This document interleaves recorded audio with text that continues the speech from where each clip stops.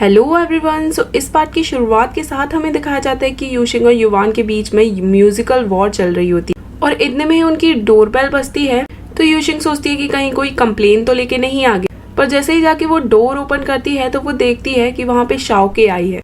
वो यूशिंग की कलीग होती है और वो उसे स्नेल पाउडर लेके आई होती है। वो अंदर आने के लिए करती है कि यूशिंग उसे बाहर वेट करने के लिए कहती है और घबरा कर युवान के पास जाके कहती है कि शाओके आई है, जल्दी से जाके कहीं छुप जाओ क्योंकि उसे पता नहीं चलना चाहिए कि तुम मेरे घर में रह रहे हो।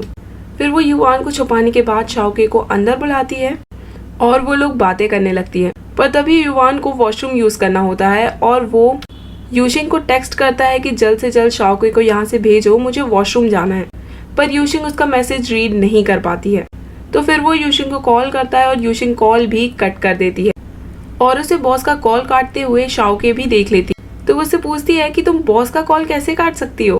तो यूशिंग कहती है कि वीकेंड्स में मैं काम नहीं करती हूँ। तो इतने में ही शाओके बॉस की बुराई करना चालू कर देती है कि वो कितने रूड हैं और कितने इनह्यूमन हैं। तो यूशिंग उसे बार बार रोकने की कोशिश करती है कि प्लीज कुछ भी ऐसा मत कहो, वो बहुत अच्छे हैं। पर ये सब सुन के युवान को गुस्सा आ जाता है और वो सीधे कमरे के अंदर आके उनकी बातें सुनने लगता है। अब शाओके जो कि चुप होने का नाम नहीं ले रही होती है, उससे यूशिंग कहती है कि तुम्हें अब घर जाना चाहिए मेरे ख्याल से। पर इतने में यूशिंग को युवान पीछे से बुला लेता और बॉस को वहाँ पे देख के शाओके काफी ज्यादा शॉक्ड हो जाता। फिर सीन कट होता है और डायरेक्ट हमें दिखाया जाता है कि शाओके वहाँ से जाने लगती है और वो प्रॉमिस करती है कि वो इस बात को सीक्रेट रखेगी कि ये दोनों साथ में रहते हैं। उसके जाने के बाद यूशिंग बॉस से कहती है कि आखिर आप सामने क्यों आए और अगर आ भी गए थे तो उसे आपने ये बात एक्सप्लेन क्यों नहीं की कि आप यहाँ पे क्यों रह रहे हो। अब वो हमारी रिलेशनशिप को गलत समझेगी और सबको इस बारे में बता देगी कि हम साथ में रहते हैं।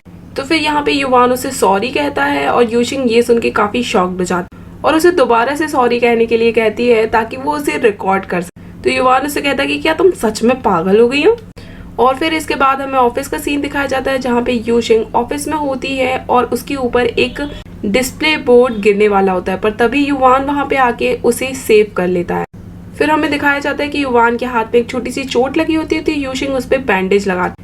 तो युवान उससे कहता है कि ये सही तरीका नहीं है बैंडेज यूज करने का। तो यूशिंग उसे पूछती है कि आखिर आपको ये चोट कैसे लगी, क्योंकि ये डिस्प्ले बैनर से तो लग नहीं सकती क्योंकि वो फोम का बना होता है। तो युवान उससे कहता है तो मैंने कब कहा कि मुझे ये बैनर से लगा है।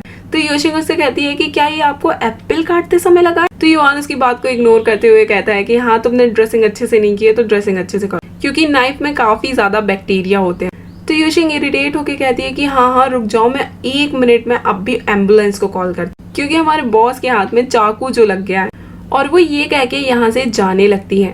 तभी युवान उसे रोकने के लिए एकदम से एक्टिंग शुरू कर देता है कि उसकी पीठ में बहुत दर्द हो रहा है। तो यूशिंग उसके बगल से आके बैठती है और कहती है कि एक्टिंग करना बंद करो, तुम्हें जो भी बात करनी है डायरेक्ट कहो, अगर आप मुझे फायर करना चाहते हैं जॉब से तो कह दो। तो युवान उसे कहता है कि तुम हमेशा यही क्यों सोचती रहती हो कि मैं तुम्हें फायर कर दूंगा जॉब से। फिर यहाँ पे युवान बोलना स्टार्ट ही करने वाला होता है कि यूशिंग उससे कहती है कि मैं समझ गई हूँ, आप मुझसे ये कहना चाहते हो कि अब जब हम साथ में रह ही रहे हैं तो हमें एक दूसरे के साथ अच्छे से रहना चाहिए। तो इस बात को सुन के युवान हंसता है और कहता है कि हाँ, मैं यही कहना चाहता था। और फिर इसके बाद वो दोनों साथ में हाथ मिलाते हैं और कहते हैं कि अब हम एक दूसरे के साथ अच्छे से बिहेव करेंगे। फिर युवान उससे कहता है कि अब हमें साथ में मील लेना चाहिए। तो यूशिंग उसे एक शॉप पे ले जाते हैं जहाँ पे वो उसे स्नेल नूडल्स खाने के लिए देती है। तो युवान उसे खाने से मना कर देता है। तो यूशिंग उसे समझाती है कि ये स्नेल नूडल्स बिल्कुल आपकी ही तरह है, ये नूडल्स ऊपर से तो बेकार दिखते हैं पर अंदर से बहुत अच्छे हैं। तो युवान ये बात सुन के खुश हो जाता है और वो नूडल्स टेस्ट करके देखता है। वो उसे अच्छे तो लगते हैं पर वो यूशिंग से कहता है कि हाँ, ठीक ही ठाक है। फिर आगे हमें दिखाया जाता है कि वो दोनों बातें करते हुए वहां से वापस आ रहे होते हैं जहाँ पे यूशिंग की शूलेस खुल जाती है और युवान उसके लिए वो शूलेस बांध देता है और उससे पूछता है कि क्या अपने बॉस का नेबर बनना इतना अनलकी है।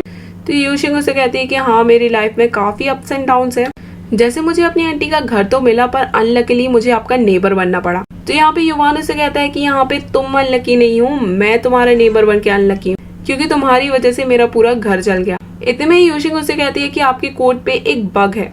तो युवान ये सुन के काफी ज्यादा डर जाता है और उसे कहता है कि जल्दी से इसे मेरे ऊपर से हटाओ। तो यूशिंग यहाँ पे उसके मजे ले रही होती है और उसे कहती है कि ये तो सिर्फ एक पत्ती है। और ये सुन के उसके बॉस को गुस्सा आ जाता है और वो उसके पीछे उसे पकड़ने के लिए भागता है। और यहाँ पे हमें दिखाया जाता है कि उन दोनों को एक लेडी यहाँ पे देख रही होती है। फिर हमें नेक्स्ट डे का सीन दिखाया जाता है जहाँ पे युवान ऑफिस में होता है और जैसे ही वो अपना लैपटॉप खोलता है तो उसे अपने पैजामाज वाली फोटो दिखाई देती है जब वो घर आके यूशिंग से ये बात पूछता है तो यूशिंग उसे सॉरी कहती है क्योंकि उसने उसकी फोटो डिलीट नहीं की थी। तो युवान उसे फोन मांगता है ताकि वो फोटोज खुद डिलीट कर सके, पर यूशिंग उसे वो फोन देने से मना कर देती है और वहां से भाग जाती है। फिर हमें नेक्स्ट डे का सीन दिखाया जाता है जहाँ पे हमें पता चलता है कि युवान ने 3 दिन के वीकेंड छुट्टी दी है और ये वीकेंड अच्छी तरीके से स्पेंड करने के लिए यूशिंग अपने लिए काफी सारे नूडल्स और चिप्स खरीद, पर जैसे ही वो पेमेंट करने के लिए जाती है तो उसके पास पैसे कम पड़ जाते हैं। तो युवान उसके लिए पे करता है और यूशिंग उससे कहती है कि वो उसके पैसे लौटा देगी। और जाते जाते वो शॉपकीपर से बोलती है कि मेरी बॉस कुछ ज्यादा ही नहीं बदल गए आजकल। और फिर यहाँ पे हमें दिखाया जाता है कि उन दोनों के बीच में काफी अच्छी दोस्ती हो गई है और इवन इतनी अच्छी दोस्ती हो गई है कि यूशिंग उसे अपने घर के मेंबर जैसे ही ट्रीट करने लगी। वो पूरे घर में चिप्स के पैकेट फैलाए रखती है और युवान ये देख के उसे सब कुछ क्लियर करने के लिए कहता है। तो यूशिंग उसे कहती है कि हाँ मैं सब कुछ साफ कर दूं, पर युवान जब थोड़ी समय बाद दोबारा वहाँ पे आता है तो देखता है सब कुछ वैसा ही फैला है। तो युवान उसे कहता है कि तुमने अभी तक कुछ भी नहीं किया और ना तुम कुछ करने वाली हो, खुद ही पूरा घर समेटने लगता है। वो पूरा घर साफ कर देता है और ये देख के यूशिंग काफी खुश होती है। फिर हमें दिखाया जाता है कि हैंग डुआंग युवान से मिलने के लिए उसके घर आ रहा होता है। तभी उसे आंट क्विंग मिल जाती है और उसे पूछती है कि आखिर वो यहाँ पे क्या कर रहा है। तो वो उसे बताता है कि वो अपने फ्रेंड से मिलने यहाँ पे आया है।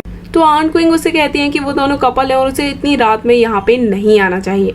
अब ये बात सुन के हैंग डुआंग का दिमाग खराब हो जाता है क्योंकि वो सोच रहा होता है कि ये उसकी गॉडेस का घर है और युवान उसकी गॉडेस यानी कि शाओ शाओ को ही पसंद करता है।